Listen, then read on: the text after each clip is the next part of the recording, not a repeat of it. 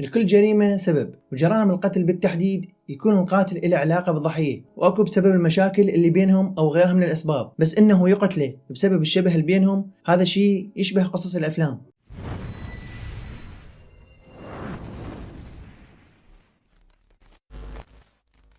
قصتنا اليوم ببساطة عن جريمة قتل الضحية بها كان ذنبها الوحيد إنه تشبه القاتلة. الجريمة اللي هزت الشارع الألماني بشهر آب أغسطس من عام 2022، واللي بدايتها كانت أكو شابة ألمانية من أصول عراقية اسمها شاربان قتلت شابة جزائرية الأصل. شاربان عندها صديق من كوسوفو، كانت هي وياه يتواصلون بأكثر من شابة بأسماء مستعارة عن طريق وسائل التواصل الاجتماعي، وكان الرابط بين هاي الشابات إنه هم يشبهون شاربان. كانوا يحاولون يقنعوهم مستخدمين وعود مختلفة بس حتى يلتقون بهاي البنات، بس محاولاتهم فشلت إلا شابة وحدة وهي اللي كانت ضحيتهم واللي اسمها خديجة. خديجة مدونة جزائرية عمرها 23 سنة عايشة بألمانيا، معروفة بمجال الموضة والجمال. وافقت على لقاء شاربان بعد ما أغرتها بعرض المستحضرات التجميل. اتفقوا أنه يمرون عليها شاربان وصديقها بسيارتهم ويأخذوها المكان كانوا متفقين عليه، بس بعدها توجهوا المكان مجهول وتخلصوا منها واخذوا متعلقاتها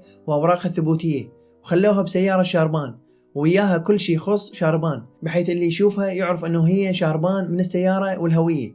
بالإضافة تشابه جسمها بجسم شاربان، نفس الطول ونفس الوزن ونفس طول الشعر ولونه. صديقها أخذ مستمسكات الضحية وزوروا وفاة شاربان حتى تبدي بداية جديدة باسم خديجة وتعيش حياتها. أهل شاربان من شافوها ما رجعت للبيت ويتصلون عليها وما قدروا يحصلوها، بلغوا الشرطة وبدت رحلة البحث عنها إلى أن توصلوا لسيارتها ولقوا بيها جثة شابة بنفس مواصفات شاربان ومطعونة 50 طعنة، بحيث وجهها متشوه تماما، وتوقعوا أنه هي شاربان. بس بعد تحليل الحامض النووي DNA اكتشفوا أنه الجثة مو شاربان وإنما لشابة جزائرية الأصل، وعرفوا أنه شاربان هي القاتلة وليست الضحية. الشرطة الألمانية ألقت القبض على شاربان وصديقها وهم الآن رهن الحبس الاحتياطي، وبحال ثبتت الجريمة عليهم راح تكون عقوبتهم السجن المؤبد.